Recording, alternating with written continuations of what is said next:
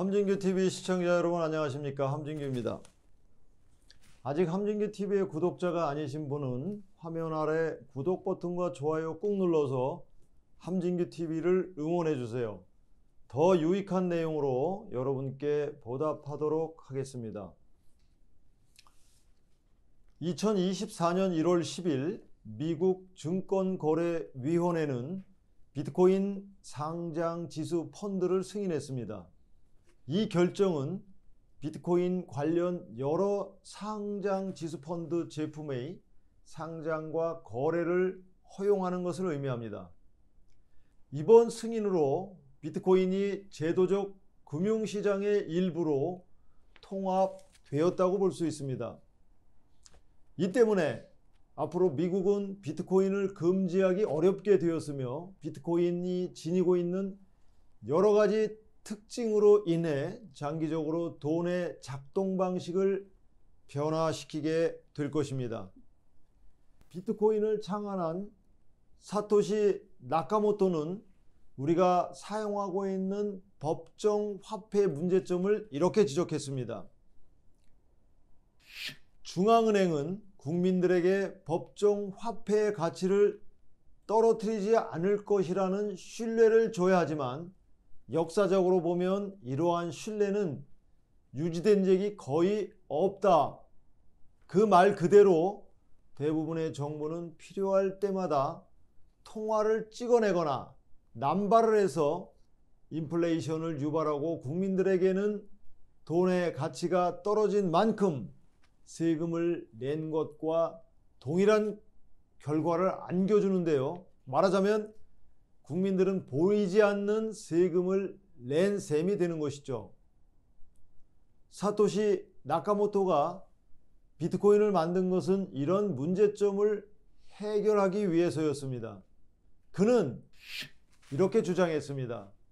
우리는 신뢰가 아닌 암호학적 증명에 기반한 전자지불 시스템이 필요하며 이를 통해 신뢰할 수 있는 제3자 없이도 거래 당사자들이 직접 서로 거래할 수 있게 해야 한다.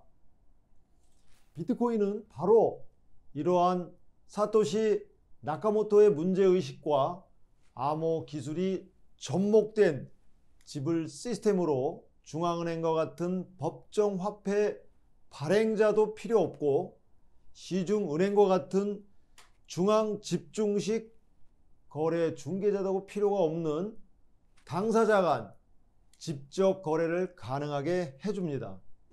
즉 발행자의 보증도 거래 관계를 증명하는 은행의 보증도 필요하지 않고 분산 시스템을 통해 당사자 간 거래 그 자체만으로 영원히 보증되는 전자거래 시스템인 것입니다.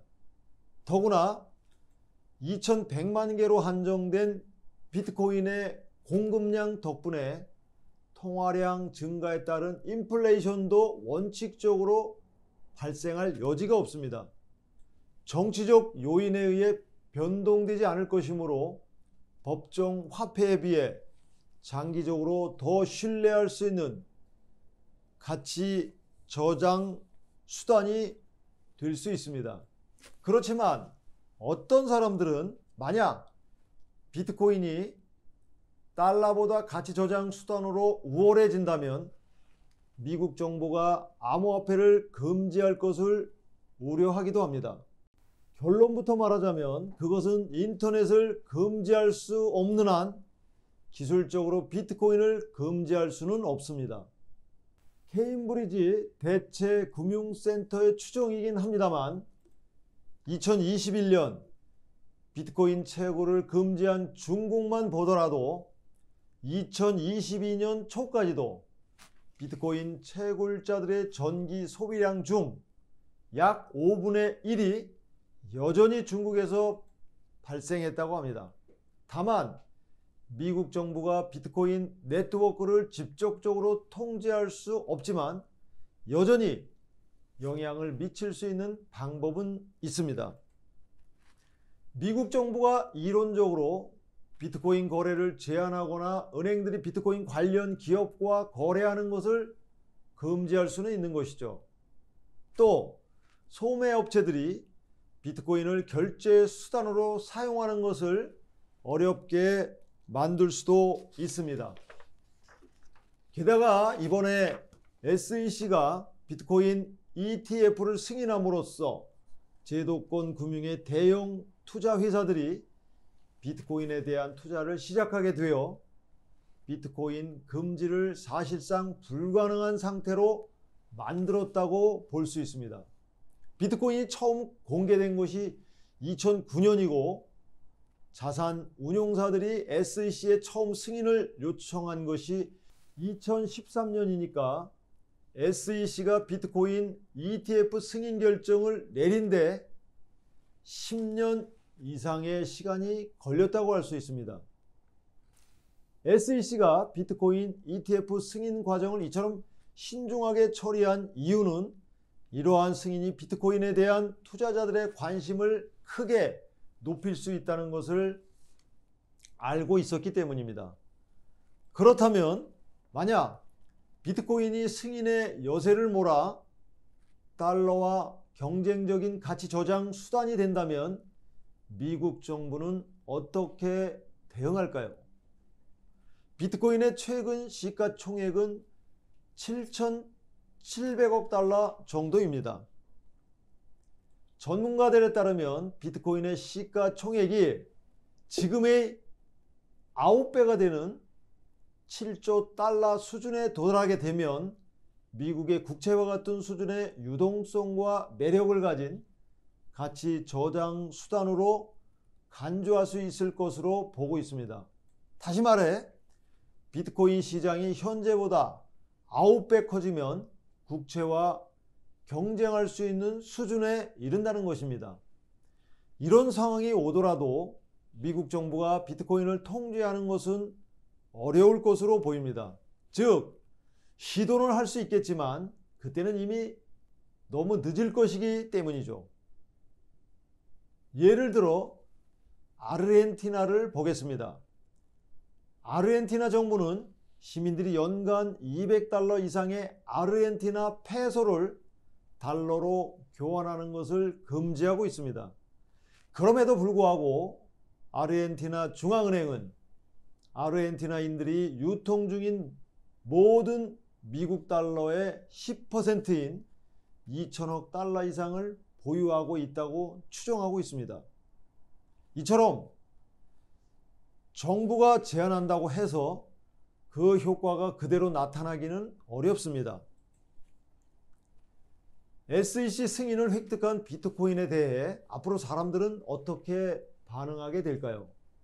미국 사람들은 건강, 복지 등 재정 지출이 과다해지면서 연방정부의 부채가 급증하게 되고 연쇄적으로 미국의 달러 가치가 떨어지게 되는 것을 잘 압니다.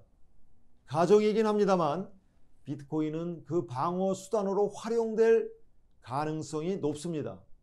즉 사람들은 인플레이션이 일어나지 않는 비트코인을 구매해 가치가 하락하는 달러에 대한 보험으로 활용할 수도 있다는 것입니다. 그러나 비트코인의 성공 가능성을 아직 회의적으로 보는 전문가도 적지 않습니다.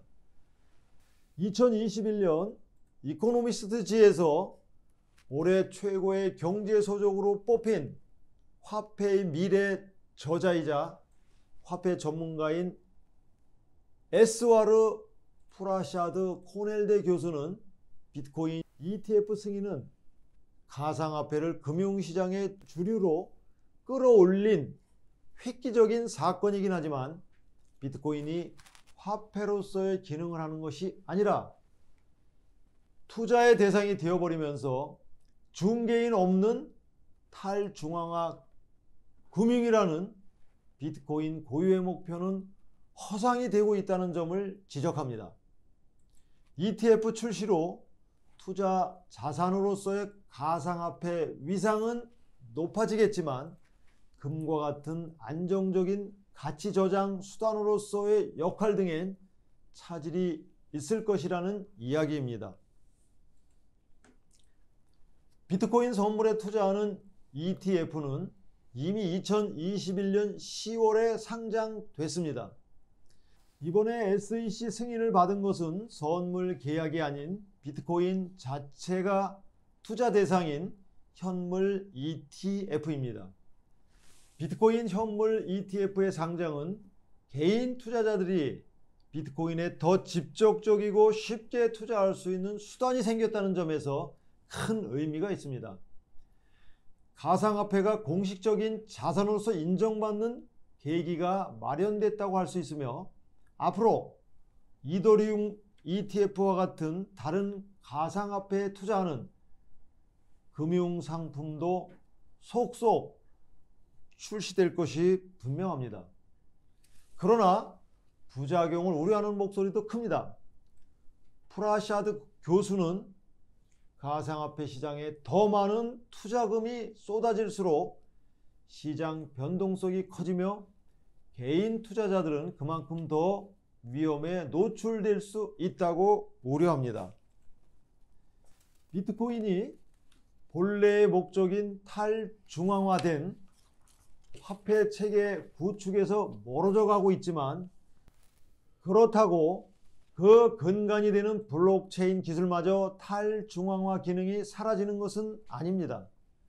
세계에서 가장 부유한 국가인 미국에서도 성인 인구의 5% 정도는 전통적인 금융기관이 제공하는 저축, 투자, 결제 서비스에서 소외되어 있는 실정입니다. 블록체인은 저축하는 사람과 대출하는 사람을 금융기관 중개 없이 연결해 줄 수 있는 기술이란 점에서 여전히 의미가 있는 것이죠. 비트코인에 기대했던 통화나 안전자산으로서의 기능도 현재로서는 그다지 전망이 밝지 않습니다. 비트코인을 교환의 매개로 쓰기엔 개당 가격이 너무 비싸고 가격 변동폭이 크기 때문입니다. 더구나 결제 수단으로서 쓰려고 해도 이더리움과 같은 다른 가상화폐보다 느리고 불편합니다. 프라샤드 교수는 현금의 종말 가능성도 낮게 보고 있습니다. 현금은 가상화폐와 달리 인터넷 연결이 없어도 쓸 수 있고 디지털상 흔적도 남기지 않는다는 장점이 있어서 디지털 결제가 아무리 확산되더라도 현금은 사라지지 않는다는 것이죠. 지금까지 함진규의 4차 산업혁명이었습니다. 감사합니다.